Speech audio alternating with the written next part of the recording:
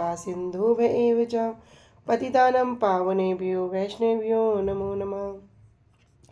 पंचतत्त्वात्मकृष्णं भक्तिरूपं स्वरूपकं भक्तावतारं भक्ताख्यं नमामि भक्तशक्तिकं।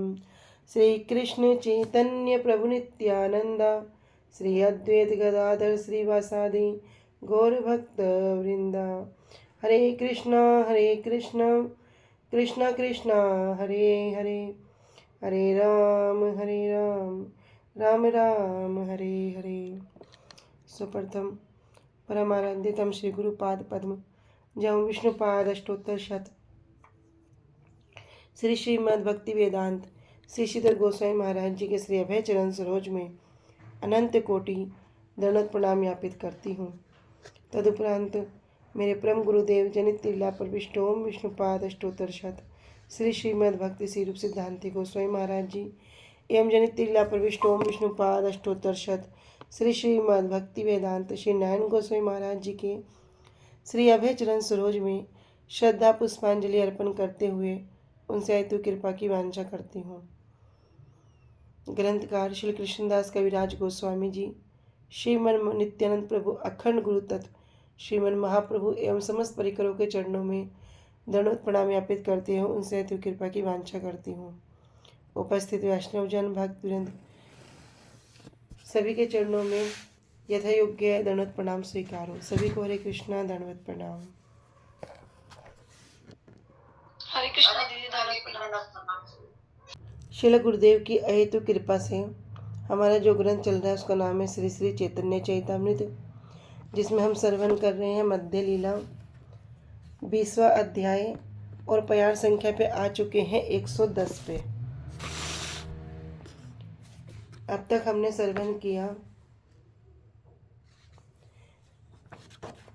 कि किस प्रकार सनातन गोस्वामी पाद जी महाप्रभु से जिज्ञासा करते हैं कि आमी मैं कौन हूँ, और के आमाए जारे तापत्रय, ये जो तीन ताप हैं आध्यात्मिक आदि दैविक और आदि भौतिक, ये तीन ताप मुझे क्यों जला रहे हैं, किस प्रकार मेरा कल्याण होगा, मैं साध्य क्या है साधन क्या है, इस तत्व की जिज्ञासा करने में भी असमर्थ हूँ। आप कृपया करके मुझे मेरे जानने योग्य जो विषय हैं आप मुझे वे बतलाइए। इसी श्रृंखला में हमने आगे श्रवण किया था महाप्रभु क्या कह रहे हैं कि जीवेर स्वरूप है कृष्ण नित्य दास, कि जीव का जो वास्तविक स्वरूप है वो क्या है, कृष्ण का नित्य दास, कि वो तो कृष्ण का नित्य दास है। तो ये प्रश्न हम सबके लिए ही इम्पोर्टेंट है। अभी प्यार संख्या 110 पे। एक देशास स्थित सया अग्ने ज्योत्सना विस्तारणी यथा परस्य ब्रह्मणे शक्तिस तथेदम अखिलम जगत। कह एक देशा स्थित, एक स्थान पर जो स्थित है, क्या, अग्नेय ज्योत्सना, अग्नि की जो ज्वाला है, अग्नि की जो प्रकाश है, विस्तारणी यथा, वो एक स्थान पर होने पर भी क्या होगी, जिस प्रकार, यथा मतलब जिस प्रकार, क्या करेगी, विस्तारणी, विस्तार करती है, सब जगह फैल जाती है, सब जगह उसका जो आलोक होता है उस सब स्थान को वो प्रकाशित कर देती है। परस्य ब्रह्मणे शक्तिस तथेदम अखिलम जगत, उसी प्रकार जो परम ब्रह्म है, परम ब्रह्म की जो शक्ति है वो भी क्या है, अखिलम, अखिल है, अर्थात संपूर्ण जगत में वो फैली हुई है। तो पूरा ब्रह्मांड में क्या है, वो जो परस्य ब्रह्मणे शक्ति तदिदम अखिलम जगत, कि वो जो परब्रह्म की जो शक्ति है वो भी अखिल जगत में उसी प्रकार व्याप्त है, जिस प्रकार अग्नि एक ही स्थान पर प्रकाशित होने पर, जलने पर क्या होगी, उसका जो प्रकाश होगा विस्तार हो जाता है, फैल जाता है, उसी प्रकार भगवान की शक्ति है। कृष्णेर स्वाभाविक तीन शक्ति परिणति, चिद शक्ति जीव शक्ति आर माया शक्ति। कृष्णेण स्वाभाविक, भगवान कृष्ण की स्वाभाविक रूप से क्या है, तीन शक्ति परिणति, तीन शक्ति है। पहली क्या है, चिद शक्ति जो चिन्मय है। दूसरी क्या है, जीव शक्ति, ये भी चिन्मय है लेकिन ये क्या है, तटस्थ है।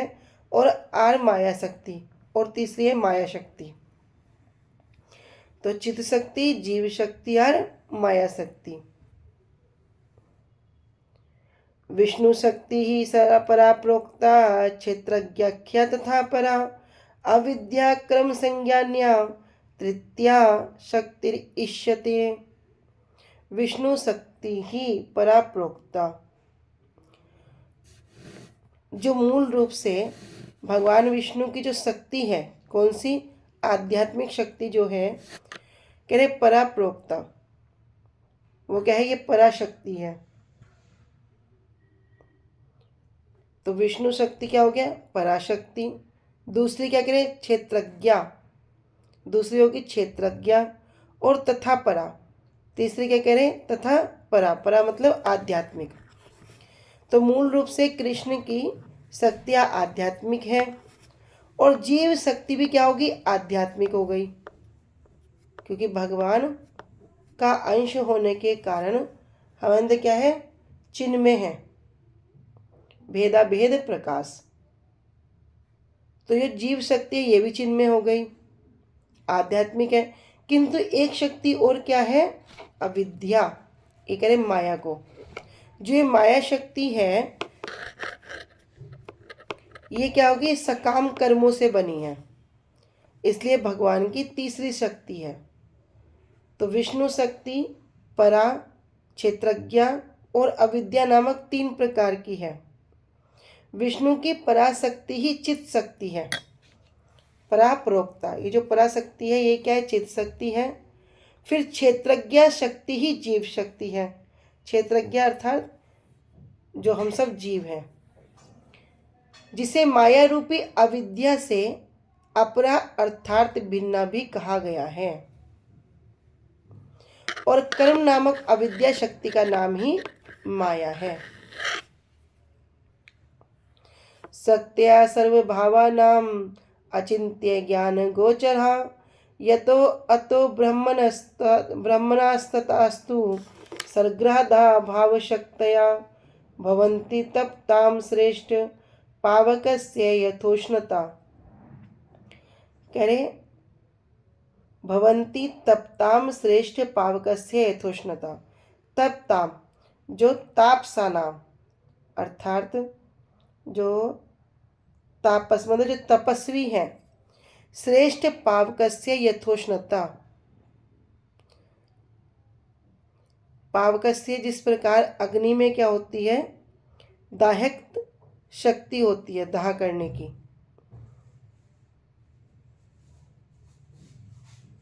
तो शक्तियां सर्वभावनाम, सब प्रकार की सृष्टि की अचिंत्य ज्ञान गोचरा, अद्भुत रूप से जो मनुष्य के जो ज्ञान की जो सीमा के द्वारा, यतो अतो जिसके द्वारा जो परम सत्य वस्तु है, तो सारी जितनी भी शक्तियां हैं सृजनात्मक परम अद्वैत सत्य में विद्यमान रहती हैं। तो जो सभी कारणों के भी जो मूल कारण भगवान कृष्ण हैं, कह रहे जितनी भी सब शक्तियां हैं वो जो परम अद्वैत सत्य है, जो परम वास्तव वस्तु है, उसके अंदर वो विद्यमान रहती हैं। सामान्य व्यक्ति के लिए अचिंत्य होती हैं और ये अचिंत्य शक्तियाँ क्या करेंगी, सृजन भी करेंगी, उत्पत्ति भी करेंगी, फिर उसका पालन भी करेंगी और संहार की विधि में कार्य भी करेंगी। तो कह रहे भवंती तप्ताम, तो हे श्रेष्ठ तपस्वी, जिस तरह अग्नि में दो शक्तियां हैं, दो शक्ति क्या, एक तो उसमें गर्मी मिलेगी और दूसरा क्या होगा, उससे प्रकाश भी मिलेगा। उसी तरह ये अचिंत्य शक्ति परम सत्य के स्वाभाविक गुण है कि सभी भावों की अचिंत्य ज्ञान से गोचर समस्त शक्तियां ब्रह्म में विद्यमान हैं।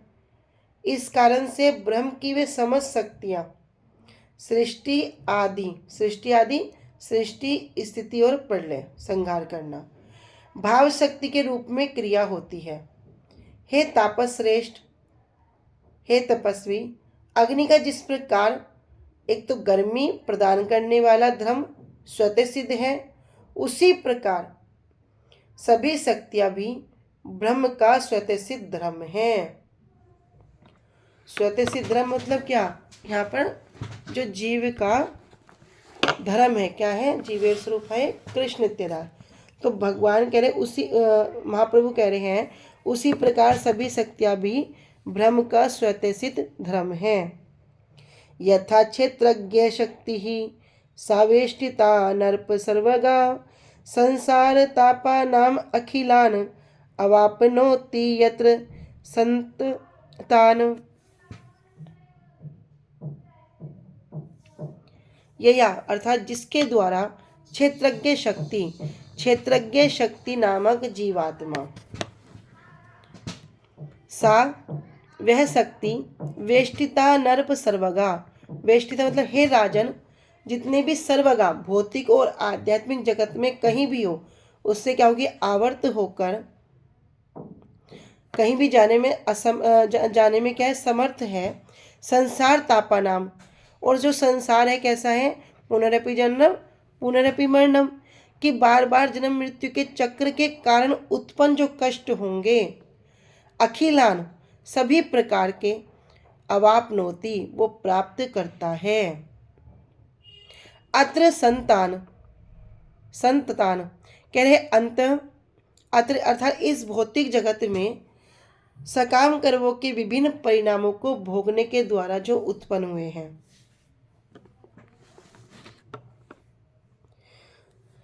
हे राजन, क्षेत्रज्ञ शक्ति तो जीव है, यद्यपि उसे भौतिक जगत अथवा आध्यात्मिक जगत में रहने की सुविधा प्राप्त है।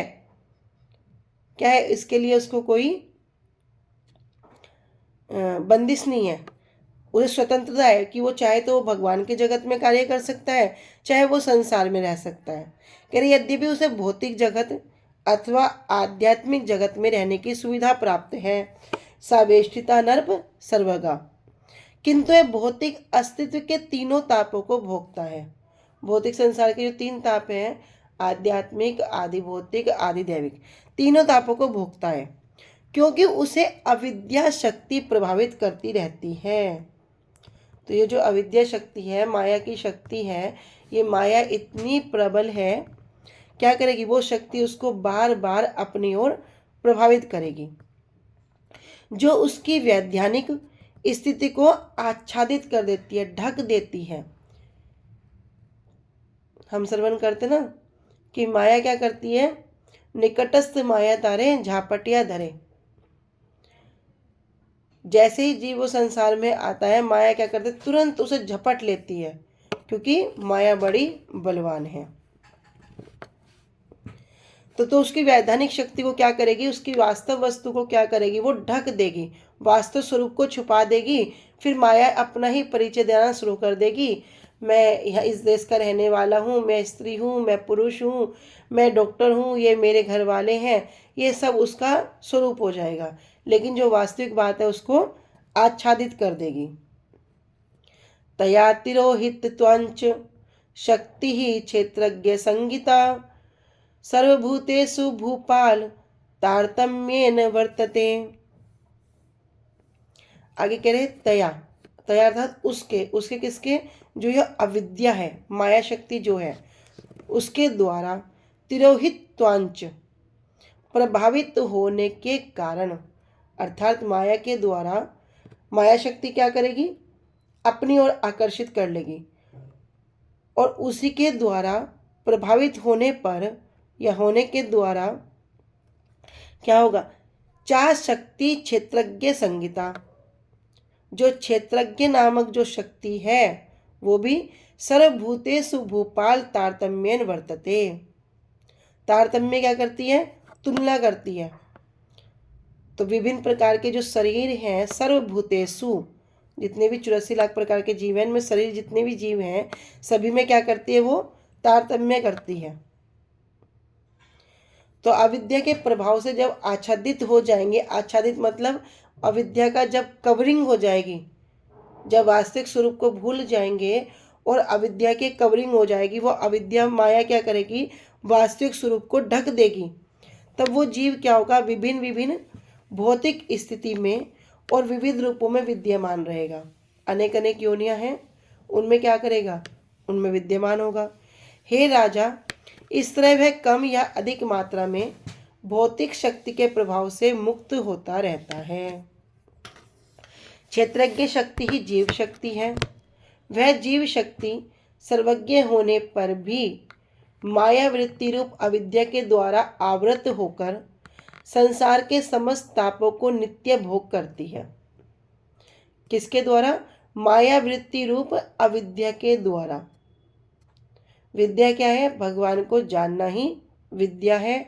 अविद्या क्या है, कृष्ण इतर वस्तु को जानना ही अविद्या। मतलब कृष्ण को छोड़कर कितना भी जान लो, कितने भी बड़े प्रकांड पंडित बन जाओ, सबका सब क्या है, अविद्या है। तो इसी अविद्या के द्वारा आवृत होकर संसार के समस्त ताप में जो हमारे जन्म मृत्यु जरा व्याधि, आध्यात्मिक आदि दैविक आदि भौतिक, जिससे कोई भी जीव नहीं बच सकता, ये सबके लिए कॉमन है। इनसे कोई भी व्यक्ति ऐसा नहीं है, कोई भी जीव ऐसा नहीं है जो इन ताप से बच जाए। जन्म होगा, मृत्यु भी होगी, व्याधि भी आएंगी, बुढ़ापा भी आएगा, और ये जो ताप हैं ये भी उसको सताएंगे ही सताएंगे। कह रहे इनसे आवृत होकर संसार के समस्त तापों को नित्य भोग करती है।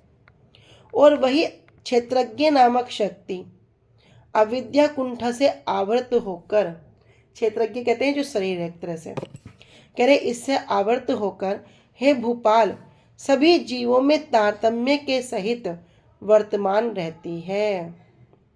तात्पर्य क्या है कि भगवान की चिद शक्ति सर्वश्रेष्ठ, जीव शक्ति मध्यम, और अविद्या कर्म कहलाने वाली जो शक्ति है वो माया शक्ति अधम है। तो हमने 3 शक्ति श्रवण की, चिद शक्ति, जीव शक्ति, माया शक्ति। चिद शक्ति का तात्पर्य क्या हुआ कि ये सबसे श्रेष्ठ शक्ति है। जीव शक्ति क्या है, ये मध्यमा है, और जो माया शक्ति है क्या है, अधम है।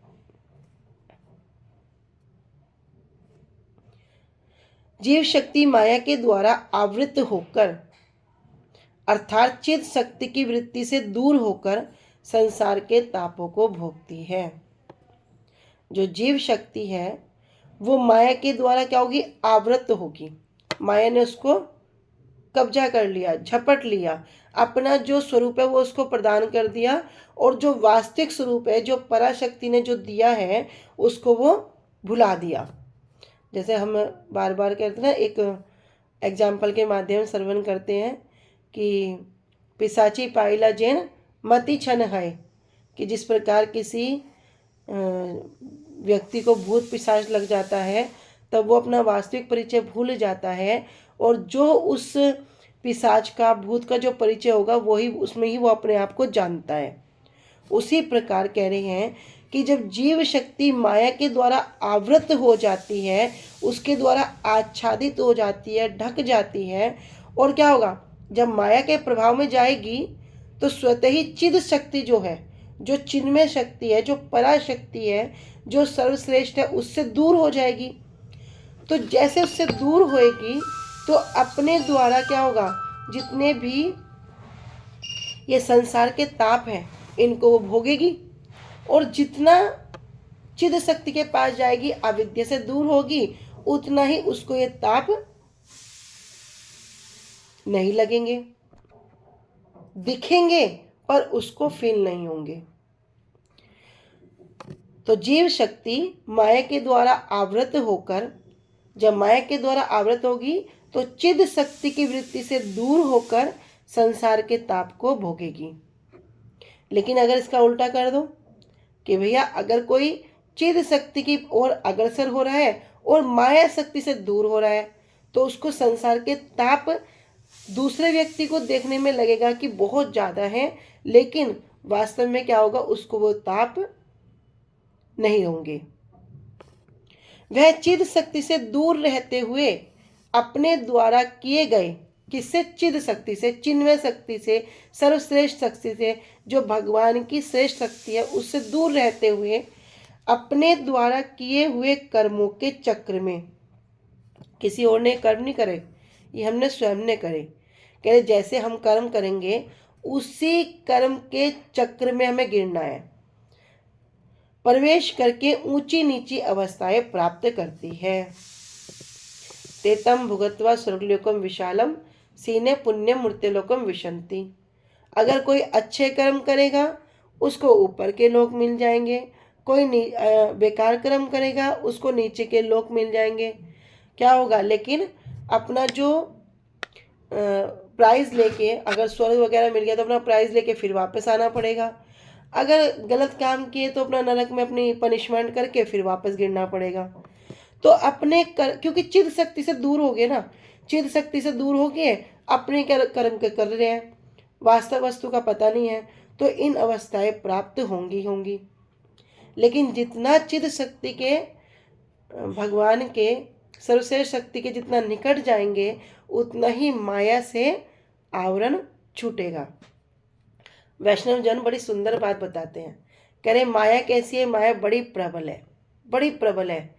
अब कोई इस माया से निकलने का प्रयास करे तो क्या माया उसको ऐसे जाने देगी? कह रहे नहीं।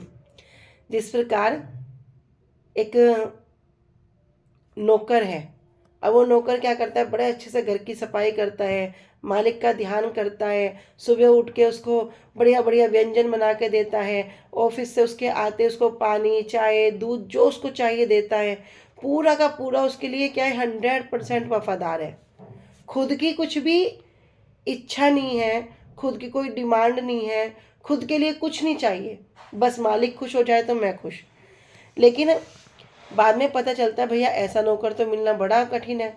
दूसरा व्यक्ति कहता है अरे तुझे कितनी सैलरी देता है? वो बोलता है मुझे तो 10,000 देता है। बोले बता, इतना बढ़िया नौकर, मैं तुझको 20 दूंगा, तू मेरे पास आ जा। तो वो विचार करता है कि अच्छा मेरा काम इतना अच्छा है कि मुझे 20 दे रहा है। अब वो मालिक से जाकर कहने को ठीक है मालिक मैं जा रहा हूँ, और मुझे तो वहाँ पे ऐसे 20 मिल रहे हैं और वो मालिक मुझे बुला रहा है। तो मालिक क्या उसको जाने देगा? बोलेगा अरे तू क्यों चिंता करता है, तू यहीं रह, मैं तुझे 20 दूंगा। लेकिन बाद में फिर देखता है तो मालिक उसको किसी भी प्रकार से छोड़ेगा नहीं। क्यों नहीं छोड़ेगा? क्योंकि इससे अच्छा नौकर उसे मिलेगा नहीं। ऐसे ही माया है, माया के हम भी क्या है? हम नौकर हैं। अभी थोड़ा बहुत गुरुवर्गों की कृपा से ये हरिनाम करने लगे, ये माला पकड़ ली, थोड़ा सा ग्रंथ अध्ययन करने लगे, सुनने लगे, कथा सुनने लगे। अब माया को क्या हो गया? माया को हो गया भैया कहीं ये नौकर मेरा चला ना जाए। बढ़िया नौकर है ना, मैं कहूँगी तो बैठेगा, मैं कहूँगी घूम तो घूमेगा, मैं कहूँगी वहाँ जाना है तो जाएगा। ये माया का नौकर है। तो माया भी इसी प्रकार विचार करती है। माया भी पूरी प्रबल, पूरा पूरा वेग से क्या करेगी? और जैसे अपने हाथ की मुट्ठी को बंद करके देखो तो अंगूठे से क्या करेगी? चारों उंगलियां दब जाएंगी। जब कोई अपने भजन में दृढ़ रहेगा तब माया क्या करेगी? बड़ी मुश्किल से एक उंगली खोलेगी, एक उंगली। अभी भी नहीं रुक रहा है, बड़े कष्ट विपत्ति आएंगे, बड़े कष्ट आएंगे। फिर क्या करेगी? धीरे धीरे दूसरी उंगली खुलेगी। फिर देखा कि अभी भी नहीं रुक रहा है, इतने कष्ट आने के बाद भी, तब तीसरी उंगली खुलेगी। लेकिन यहाँ तक होते होते क्या हो गया? हमारा सामर्थ्य टूट गया। हमने क्या कर लिया? एडजस्टमेंट कर लिया। बस माया ने क्या किया? फिर मुट्ठी बंद कर ली, फिर दबोच लिया। बड़ी खुश हुई माया। तो देखा मैं कितनी माया प्रबल है। लेकिन अगर कोई दृढ़ रहेगा तो खुलते खुलते खुलते एक एक उंगली करते करते तब ये मुट्ठी खुलेगी और तब जाके कोई इस माया के चंगुल से छूटेगा। तो चिद शक्ति से दूर होते हुए अपने द्वारा जो किए गए कर्म हैं, कर्म के चक्र में प्रवेश करेगा और ऊंची नीची अवस्थाओं को प्राप्त करेगा। तात्पर्य क्या है? वही पुनरपि जन्म पुनरपि मरणम।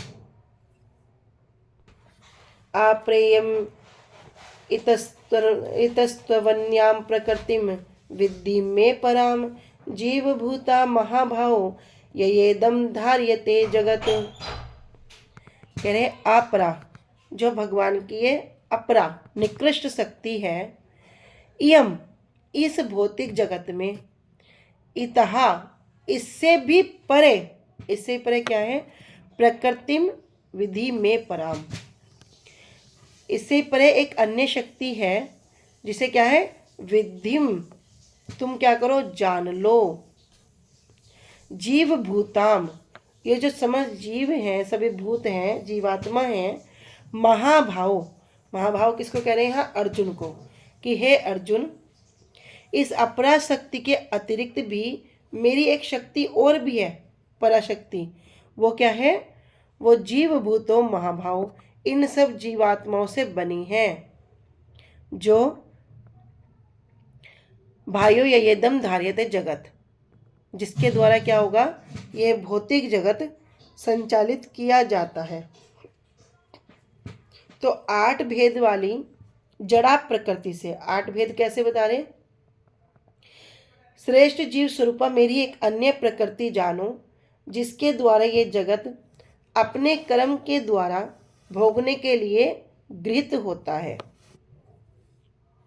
ये 8 भेद है, मन, बुद्धि, अहंकार और पंचतत्व, पृथ्वी, जल, वायु, अग्नि और आकाश, ये 8 हैं।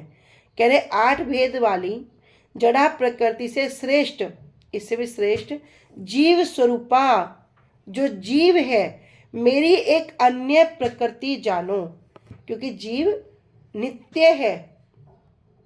नैनम छिदन्ति शस्त्राणि नैनम दहति पावका न चैनम कलिदन्त्यापो न शोषति मारुता। ऐसी जीव शक्ति है जिसको कोई काट नहीं सकता, जिसको कोई भिगो नहीं सकता, जिसको हवा सुखा नहीं सकती, इस प्रकार की जीव शक्ति है। कह रही इस 8 भेद वाली जड़ा प्रकृति से श्रेष्ठ जीव स्वरूपा मेरी एक अन्य प्रकृति जानो, जिसके द्वारा ये जो जगत है अपने कर्म के द्वारा भोगने के लिए गृहीत होता है।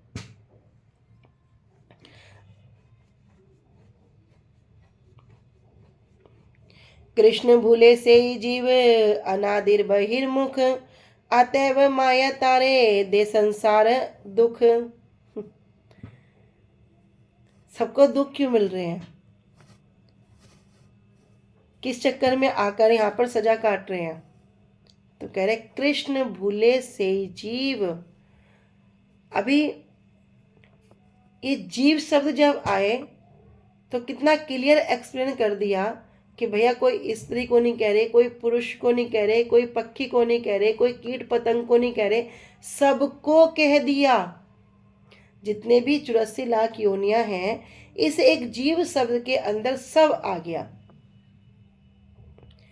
कह रहे कृष्ण भूली से ही जीव, जो जीव कृष्ण को भूल जाता है, और कृष्ण को भूलने के कारण क्या होगा, अनादि बहिर्मुख, और कृष्ण से क्या हो गया, अनादि काल से, मतलब पता ही नहीं कब से, कह रहे अनादि काल से श्री कृष्ण से क्या हो गया, बहिर्मुख हो गया, अपना मुख भगवान से फेर लिया। अतएव माया तारे, माया तो चक्कर में है ही कि किस प्रकार मुझे और बंदे मिले, किस प्रकार मैं सब जीवों को अपनी ओर खींचूं। माया ने क्या किया, तुरंत झपट लिया। इसलिए माया तारे दे संसार दुख। अब झपट के माया क्या करेगी, इस संसार में तो डालेगी, और संसार क्या है, संसार दुख आल्यम, भैया संसार तो दुखों का घर है। फिर क्या हो गया, भैया संसार रूपी दुख उसे मिलेगा ही मिलेगा। अब कोई संसार में आके सुख ढूंढ रहा है, मैं पढ़ लूंगा तो मुझे सुख मिलेगा, मैं 10वीं कर लूंगा तो मेरे अच्छे नंबर आएंगे तो मुझे सुख मिलेगा, अच्छा 12वीं कर लूंगा तो सुख मिलेगा, अच्छा PhD कर लूंगा तो सुख मिलेगा, पढ़ लिख के एक अच्छी नौकरी हो जाएगी तो सुख मिलेगा, अच्छी नौकरी लग जाएगी तो बढ़िया जगह शादी हो जाएगी तो पत्नी का सुख मिलेगा, पत्नी आ जाएगी, बच्चे हो जाएंगे तो बच्चे का सुख मिलेगा, फिर बच्चों की शादी करूंगा तो सुख मिलेगा। सुख ही नहीं मिलता, करते करते करते करते पूरा जीवन चला जाता है। लेकिन वास्तव में जीव, चाहे वो अभी एक छोटा सा बच्चा हो, चाहे वो बिल्कुल बूढ़ा हो चुका हो, वो पूरा जीवन इस सुख के लिए, वो वास्तविक प्रेम के लिए वो तड़पता है। देखना, कोई कितना बड़ा भी क्यों ना हो गया हो, अभी भी अगर उसको कोई प्यार करने वाला हो वास्तव में, तो वो छोटा बच्चा बनकर माँ की गोद हो या किसी की भी गोद हो, जो उसको वास्तव में प्यार कर रहा है, उसकी गोद में एक छोटा बच्चा बनकर सोना चाहता है। क्यों? क्योंकि पूरा जीवन वो उसी के लिए तड़पा है। लेकिन संसार में तो वो मिलता ही नहीं। संसार क्या है? संसार में जब तक स्वार्थ है तब तक प्रीति है। जब तक स्वार्थ होगा ना, तब तक ये थोड़ी बहुत जो दिखता है ना, प्रेम प्रेम, ये प्रीति, ये बस इतना ही है, नहीं तो नहीं होगा। अब संसार में जब गिरेगा तो दुख ही दुख मिलेगा भैया, सुख नहीं मिलेगा। लेकिन अपने भोगों के कारण, इच्छाओं के कारण क्या हो गया, यहाँ पर आगे, और यहाँ पर भी आने पर चैन नहीं है, क्योंकि माया आगे अभी सुनेंगे क्या क्या करेगी माया। कह रहे श्री कृष्ण को भूलने के कारण ही जीव अनादिकाल से श्री कृष्ण से बहिर्मुख हुआ है, इसलिए माया उसे संसार रूपी दुख प्रदान करती है। अमृत वर्मा भाष्य। तो श्रील भक्ति विनोद ठाकुर जी कह रहे हैं कि मैं श्री कृष्ण का नित्य दास हूं। इस बात को भूल जाने से ही जीव का माया बंधन है। यहाँ मैं कौन है भैया? हम सब भी मैं हैं। मैं कौन? के आमी, मैं कौन हूं? तो यहाँ पे क्लियर बोल दिया भैया, मैं भगवान का दास हूं। और कोई ये नहीं है कि कभी बन गया और कभी हट गया, नहीं, मैं परमानेंट दास हूं, नित्य दास हूं।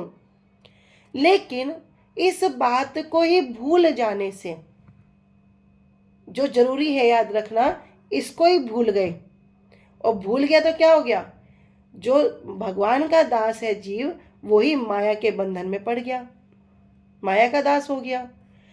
तटस्थ शक्ति रूप जीव की चिद शक्ति और मायिक जगत की संधि सीमा पर रहने के समय माया भोग की वासना करने के कारण उसका माया में प्रवेश हुआ है। कि तटस्थ शक्ति रूप, भैया जीव क्या है? तटस्थ शक्ति से कह रहे इस जीव की चिद शक्ति और मायिक जगत की संधि सीमा पर, तट पर, जो बीच का पार्ट है, कि वो चाहे तो भगवान की ओर जा सकता है, चाहे तो माया की ओर जा सकता है। किंतु जब वो संधि सीमा पर रहने के समय क्या करता है? माया भोग की वासना करता है कि मैं भी थोड़ा सा यहाँ पे जाकर इस आनंद को चख लूं।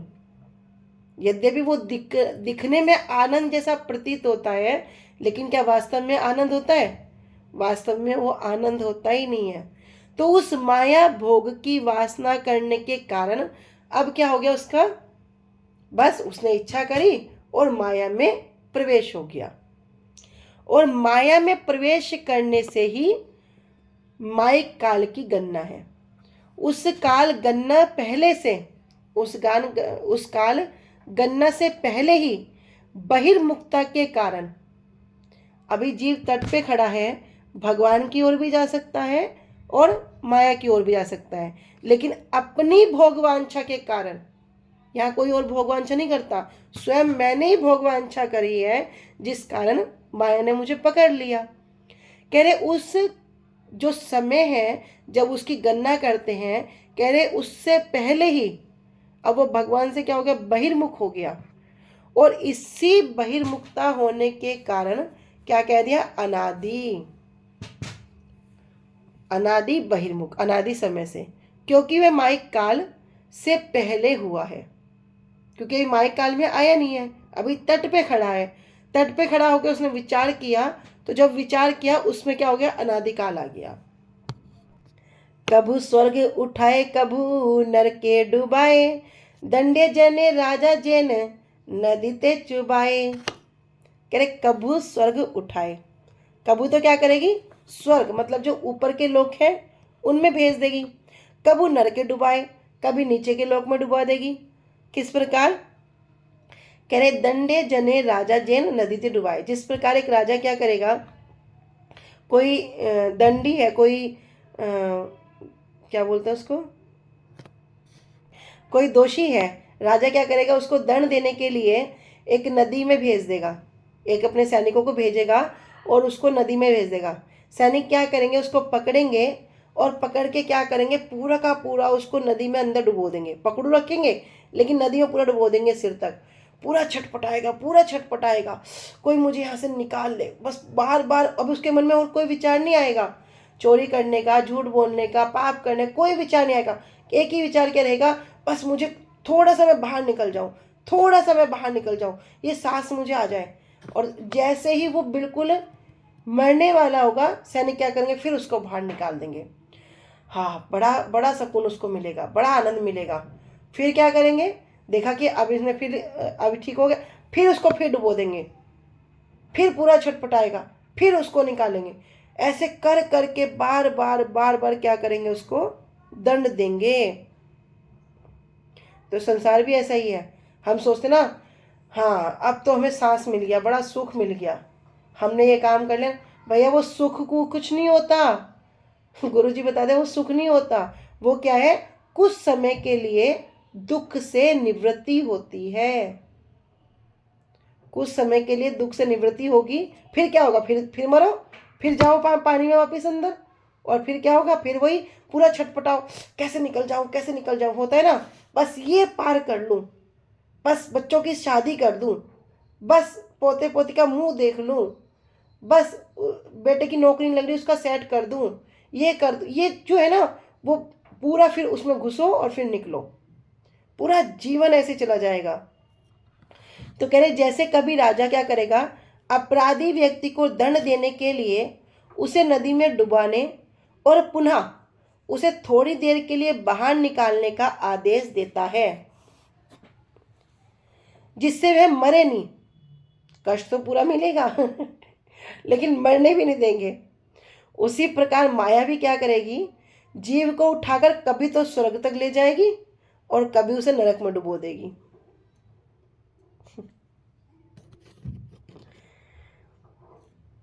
अनुभाष्य, नित्य मुक्त जीव कभी भी श्री कृष्ण को नहीं भूलते।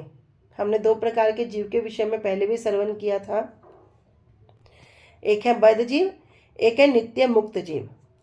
तो जो बद्ध जीव है वो तो भैया मेरे जैसे कहना पड़े हैं, और जो नित्य मुक्त जीव है, जो गुरु वर्ग हैं, वैष्णव जन हैं, वे क्या कभी भी श्री कृष्ण को भूलते ही नहीं। वे अनादि काल से श्री कृष्णोन्मुख होकर रहकर हरि सेवा रूपी अपनी नित्य वृत्ति में स्थित रहते हैं। यद्यपि दिखने में क्या लगेगा कि ये तो हम जैसे ही हैं, इसलिए भगवान कृष्ण भी उद्धव जी से कहते हैं, आचार्य माम विजान्यान न मन्येत कहिर्चित न मृत बुद्धिया स्वेद सर्वदेवमयो गुरु। कि हे उद्धव, आचार्य माम विजान्यान, आचार्य को मेरा ही स्वरूप समझना, न मृत बुद्धिया स्वेद, उनके प्रति कभी भी मृत बुद्धि नहीं करना। मृत बुद्धि कैसी, अरे ये हम जैसे ही हैं, इनको भी बीमारी होती है, ये भी तो खाना खाते हैं, ये भी तो कैसी क्रिया कर, कभी भी ऐसी भूल मत करना। भगवान स्वयं कह रहे हैं इनको मेरा ही स्वरूप समझना। सर्वदेवमय गुरु, गुरु सर्वदेवमय है। तो जो नित्य मुक्त जीव हैं कभी भी वे भगवान को भूलते नहीं हैं, और अनादिकाल से वे भगवान के उन्मुख हैं, और वहां पर उन्मुख रह के क्या करते हैं, हरि सेवा रूपी अपनी नित्य वृत्ति में स्थित रहते हैं। नित्य वृत्ति जो उनकी वास्तव में नित्य वृत्ति है, जो उनका वास्तव में स्वरूप है, जो सेवा है, एक होती है स्वरूप सिद्धि, एक होती है वस्तु सिद्धि। स्वरूप सिद्धि क्या होगी, अपने वास्तविक जो स्वरूप है उसको जानना। अभी तो हम सुन रहे हैं ना, जीवेर स्वरूप है कृष्ण नित्य दास, कि जीव भगवान का दास है। लेकिन अभी 5 प्रकार के रस भी हैं, शांत, दास्य, सख्य, वात्सल्य, माधुर्य। तो कौन किस प्रकार का दास है उसको प्राप्त करना, ये क्या है, फिर वस्तु सिद्धि। वे गुरुवर क्या करेंगे, जब हमारा स्वरूप सिद्धि हो जाएगी उसके बाद फिर गुरुवर्ग के अनुगत्य में जाकर जिस सेवा में हम विद्यमान थे वही सेवा हमको मिल जाएगी। तो हम क्या है, नित्य नित्य उस सेवा में रहने वाले। लेकिन अभी अपने माया के आवरण में आकर सब कुछ भूल गए।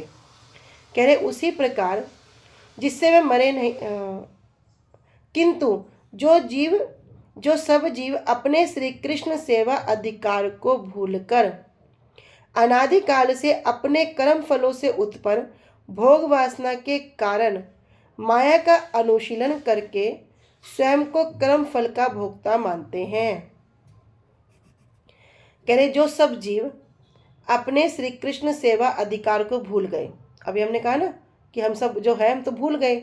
ऐसे भूलने के कारण अनादिकाल से क्या करते हैं, अपने कर्म फलों से उत्पन्न, ये हमारे कर्म के जो फल हैं, भोग वासना के कारण, कारण क्या है, भोग वासना, और उसके कारण क्या किया, माया का अनुशीलन किया, और माया का अनुशीलन करके स्वयं को कर्म फल का भोक्ता मान लिया। स्वयं को क्या मान लिया, मैं भोक्ता हूं। लेकिन वास्तव में भोक्ता कौन है, अहम ही सर्वयज्ञ नाम भोक्ता। भगवान कृष्ण गीता में कह रहे मैं सबका भोक्ता हूं, चाहे प्रभु चाहे सबका स्वामी मैं हूं। लेकिन यह जीव ने क्या किया, अपने आप को भोक्ता मान लिया कि भैया मैं भोक्ता हूं और जितनी भी ये वस्तुएं सब मेरे भोग के लिए हैं। उनके कर्म फल भोग का निर्णय माया के द्वारा होता है। राजा के पुरस्कार और दंड की भांति बद्धजीव भी माया के द्वारा पुण्य क्रम के प्रभाव से स्वर्ग में देवता के पद पर आरूढ़ होकर सुख भोग करता है और पुनः पाप के फल से नरक आदि में क्लेश प्राप्त करता है।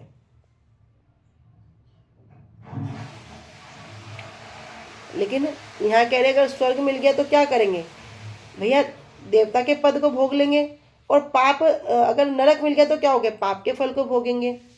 लेकिन पैरों में जंजीर लोहे की हो या सोने की हो, जंजीर तो जंजीर होती है, बंधन तो बंधन होता है। अमृत अनुकनिका में कह रहे हैं कि राजा जो अपराधी व्यक्ति को दंड देता है वह केवल उसे दुख भोग कराने के लिए नहीं होता। अगर राजा दंड दे रहा है तो क्या उसको दुख कराने के लिए दे रहा है कि उसको दुख भोगे, नहीं। अपराधी व्यक्ति की जो अपराध करने की वृत्ति है उसको दूर करना होता है। जो उनका जो मुख्य उद्देश्य क्या है कि अभी ये इस दंड के डर से फिर ये अपराध ना करे, ये फिर से गलती ना करे, जिससे भविष्य में अपराध करके दंड का भागी ना हो। इसलिए उद्देश्य के प्रति लक्ष्य करने पर यह समझा जा सकता है कि राजा का दंड देना भी उस अपराध के प्रति उनकी करुणा है। तो यहाँ भी क्या विचार है भैया, अगर ये जो दंड मिल रहे तो इसको समझो कि हम फिर से ऐसी गलती ना करें और अपना जो सही मार्ग है उसको पकड़कर ठीक हो जाए।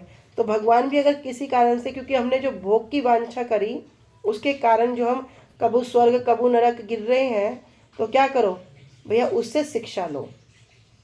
श्री कृष्ण को भूलकर जीव सुख की आशा से इस जगत में आता है। भगवान को भूल गया और आशा की सुख की, तो क्या सुख इस जगत में है? पूरा जीवन दो चीज के लिए प्रयास करते हैं, सुख कैसे आए और दुख कैसे जाए, पर सुख आता नहीं और दुख जाता नहीं। तो कह रहे भगवान को भूलकर जीव क्या कर रहा, सुख की आशा से इस जगत में आ गया। परंतु भैया भगवत गीता में तो भगवान कृष्ण ने बता दिया क्या, दुख आल्यम अशाश्वतम। क्या कह रहे भैया, जो संसार है दुख का घर है, दुख का आल्य है। जिस प्रकार कोई पुस्तकालय में जाएगा तो क्या मिलेंगे भैया, पुस्तकालय, सिंपल बात है, पुस्तकें मिलेंगी। कोई औषधालय में जाएगा तो क्या मिलेगा, औषधि मिलेगी। ऐसे ही यहाँ पे भी एक टैग लगा दिया, एक मोहर लगा दिए, क्या है, दुख आल्यम, दुखों का घर है, यहाँ सुख नहीं है। कह रहे जो सुख प्रतीत होता है, अब लग रहा है कि हम बड़े सुखी हैं, कह रहे वो भी दुख से मिश्रित होता है और परिणाम भी क्या होगा, दुखी होगा। गीता में भगवान कह रहे हैं ते पुण्यम असाध्य सुरेंद्र लोकम असनंति दिव्यान दिव्य देव भोगान ते तम भुगत्वा स्वलोकम विशालम सीने पुण्य मृत्य लोकम विशंति। अब यहाँ पर इस श्लोक को मेंशन कर दिया। कह रहे अर्थात अनेक पुण्य कर्मों के फलस्वरूप जीव को स्वर्ग प्राप्त करता है। बहुत सारे जब अनेक पुण्य कर्म करेगा, वहाँ पर सुख भोग करने पर, पुण्य क्षीण होने पर, जब पुण्य खत्म हो जाएंगे, जीव पुनः मृत्यु लोक में पतित होता है। जैसे किसी ने अभी बहुत अच्छा कार्य किया, प्रधानमंत्री ने उसको बुलाया और बोला कि तुमने तो बड़ा अच्छा काम किया, जाओ तुम्हारे लिए 8 दिन का पैकेज है और तुम लंदन अमेरिका घूम के आओ। तो क्या वो परमानेंट वहाँ रह जाएगा? भैया 8 दिन का समय घूम के आएगा, उसका वो जो गिफ्ट है वो खत्म हो गया। तो कह रहे वहाँ पर सुख भोग करने पर जब उसके पुण्य क्षीण हो जाएंगे तब वापस मृत्यु लोक में गिर जाएगा। इस प्रकार स्वर्ग भोग भी नश्वर और अंततः दुखपूर्ण है। तो भैया स्वर्ग भी क्या है? नश्वर है और दुख से भरा हुआ ही है। अपने प्रयासों से जीव जन्म मृत्यु के हाथों से छुटकारा नहीं पा सकता। तब वह यह समझ जाता है कि सुख की आशा से इस जगत में आकर उसने क्या की? बड़ी भूल की है। तब वो समझ जाएगा कि भैया मैं कर क्या रहा हूँ? पुनरपि जन्म पुनरपि मरणम, बार बार मैं चक्कर काट रहा हूँ और मैं निकलूंगा कैसे? निकलने का कोई उपाय नहीं मिल रहा। तो वो पछताता है कि मैंने क्या करा, बड़ी भूल की है। तब वह समझ जाता है कि कृष्ण विमुक्ता ही उसकी मूल भूल है। भगवान से बहिर्मुख होना ही उसकी वास्तव में क्या है? वास्तव में भूल है। और भाग्यवश तब जीव कृष्णोन्मुख होने की चेष्टा कर सकता है। जब उसको रियलाइज हो गया, वो क्या करेगा? फिर चेष्टा करेगा। इसी उद्देश्य से ही माया क्या करेगी? जीव को दुख प्रदान करती है। अभी से एक लाइन में कितनी बड़ी बात कह दी। अभी वो क्या करेगा? चेष्टा करेगा। उसने जैसे ही चेष्टा करनी शुरू करी, माया थोड़ा ना छोड़ेगी, माया उसको पकड़ पकड़ के दुख देगी। भैया जब उसको दुख प्रदान करेगी तो या तो वो भजन छोड़ेगा और नहीं तो वो माया को छोड़ेगा। तो बहुत से हम सुनते हैं ना, अरे जब से माला पकड़ी है ना, तुम्हें पता है कितने कष्ट आने लगे। पहले तो मैं बड़ा अच्छा था, ऐसे करता था, वो करता था, संसार में एंजॉय करता था, घर परिवार पुत्र सब में मस्ती से, लेकिन जब से माला पकड़ी ये कष्ट नहीं छोड़ रहे। तुम भी ना बोलो, कोई दूसरा के बोलेगा, ए तू तो बड़ा माला करती है, तेरे पैर में कैसे एक्सीडेंट हो गया? तुम तो बड़ा माला करते हो, तेरे घर में ऐसी विपत्ति कैसे आ गई? तो यहाँ एक लाइन में बता रहे, इसी उद्देश्य से माया जीव को दुख प्रदान करती है। वांछा कल्पतरुभ्यश्च कृपा सिंधुभ्य एव च पतितानां पावनेभ्यो वैष्णवेभ्यो नमो नमः। श्री गुरुदेव की जय। अनंत कोटि वैष्णव वृंद की जय। निताई गौर प्रेमानंदे। हरि हरि बोल। हरी हरी बोल, हरी हरी बोल। हरे कृष्णा। सभी को दंडवत प्रणाम।